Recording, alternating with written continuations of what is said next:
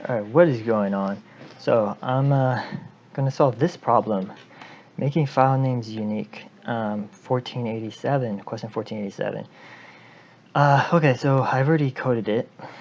This is the code that I did, and I already have an example here. This is an example of basically one of the edge cases that's very crucial for the code, which I'll explain in a minute. So anyway, so the problem is, given an array of strings names of size n, you will create n folders in your file system such that the ith minute you will create a folder with the name names I. Since two files can have the same name, if you enter a folder name which is previously used, the system will have a suffix addition to its name in the form of k, where k is the smallest positive integer such that the obtained name remains unique. Returning an array of strings of length n where answer the ith answer is the actual name the system will assign to the ith folder when you create it. Okay, so if you're given this input here, names, you have PES, FIFA, GTA, PES 2019. So all these names are going to stay the same because they're all unique. So yeah, you're just going to return the same thing. Example 2, you have GTA, GTA 1, GTA Avalon. Okay, so what's going to happen is it's going to see this one, and it's going to say, okay, well, I have this folder called GTA. It's going to see this one and say, okay, well, I have a folder called GTA 1. Then it's going to see GTA, and it's going to say, well, okay, wait, I already have a folder called GTA, so let's call this GTA 1, right? It's version 1. But then it's like, wait, I already have something called 1 as well, so I have to go with the next number, which is 2. Okay? Example 3, basically one piece, 2 piece. So obviously, it's going to have all of these. When you get to one piece 4, it's going to look, say, hey, I have one piece, let's try one piece 1. I'll say, okay, I have one piece 1, let's try one piece 2, try one piece 3, all the way until it gets 1, which is not in my hash table. So basically using a hash table to store these. Wayno, so it's going to do the same thing. Wayno 1, Wayno 2, Wayno 3. This one, you see an interesting case where you have Kyoto. This is a little bit, okay, this is off topic, but I just realized I kind of want to know what Kyoto is. Why did I not know that? Because I haven't watched that far in One Piece yet. Kaido is, a pirate. Okay. He's a yoku or something. Or yukai. I don't know how to say that. Okay, so Kaido. I bet Wayno is also from One Piece.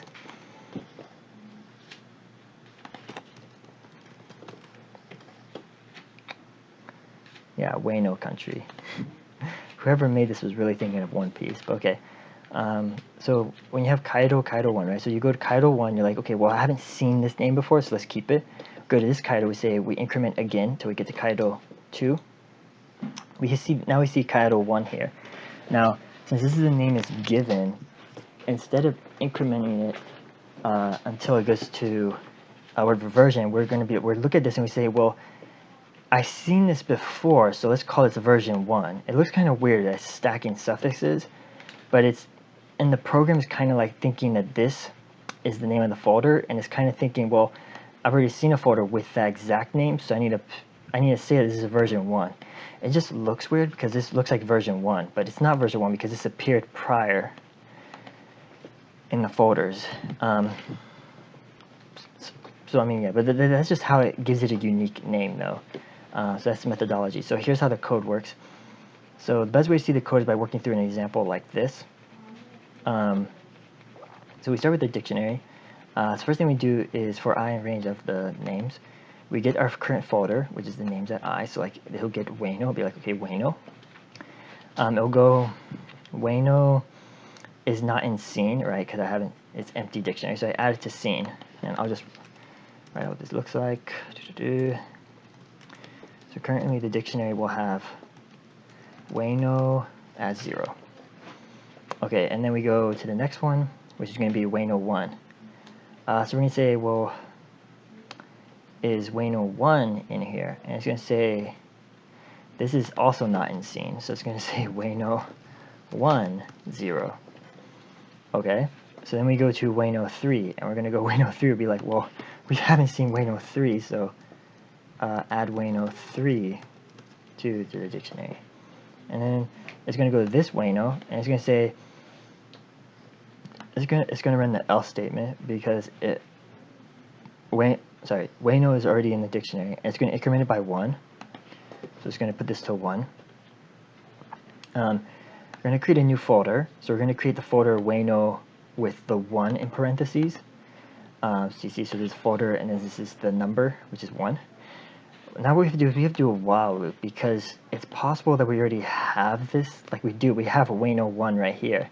So we do this while loop, and we basically, while it's in scene, which 1 is in scene, so we increment it by 1, so we go to 2.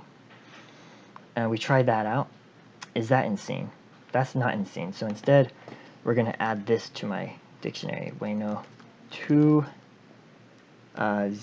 0. And give that name to the folder. Okay, so we change the name. So it's going to be Wayno 2. Then we go to next Wayno, and this Wayno, it's going to see, it's going to go to this Wayno. It's going to try using 3, and it's going to see, well, 3 actually already exists because I did this one back here, so it's going to have to go again. So it's going to go to 4, and then it's going to add this to my dictionary. Wayno 4, and we only have 0. And then the next thing I'll do is I go to this Wayno.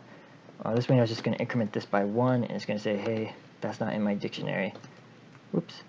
So I'm going to add that to the dictionary. And then I go to the next one, which is Wayno 3. And Wayno 3 is going to say, Wayno 3 is in my dictionary. Then it's going to add the 1 to it, and it's going to say, well, that's not in my dictionary. So it adds Wayno 3, 1, and 0. So this is what my dictionary looks like. And submit code. This should work. Yeah, so it works. Oh wow, it's way faster than last time I entered it, but yeah, it's pretty fast. I mean, it's just O of n, right? But yeah, well, it's not necessarily O of n. You also have to go through scene.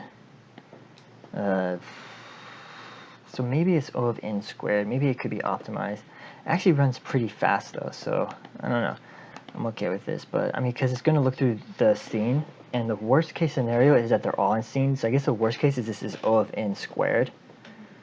Crap, I just realized that. But I mean, but when you think about this amortized, I don't actually, the amortized analysis might not improve it either. Not sure about that actually, but okay, it could maybe optimize. Using this while loop is a bit, excessive. You can maybe use another dictionary or something and use more space complexity in place of time complexity if you wish, if you have the memory available on your computer.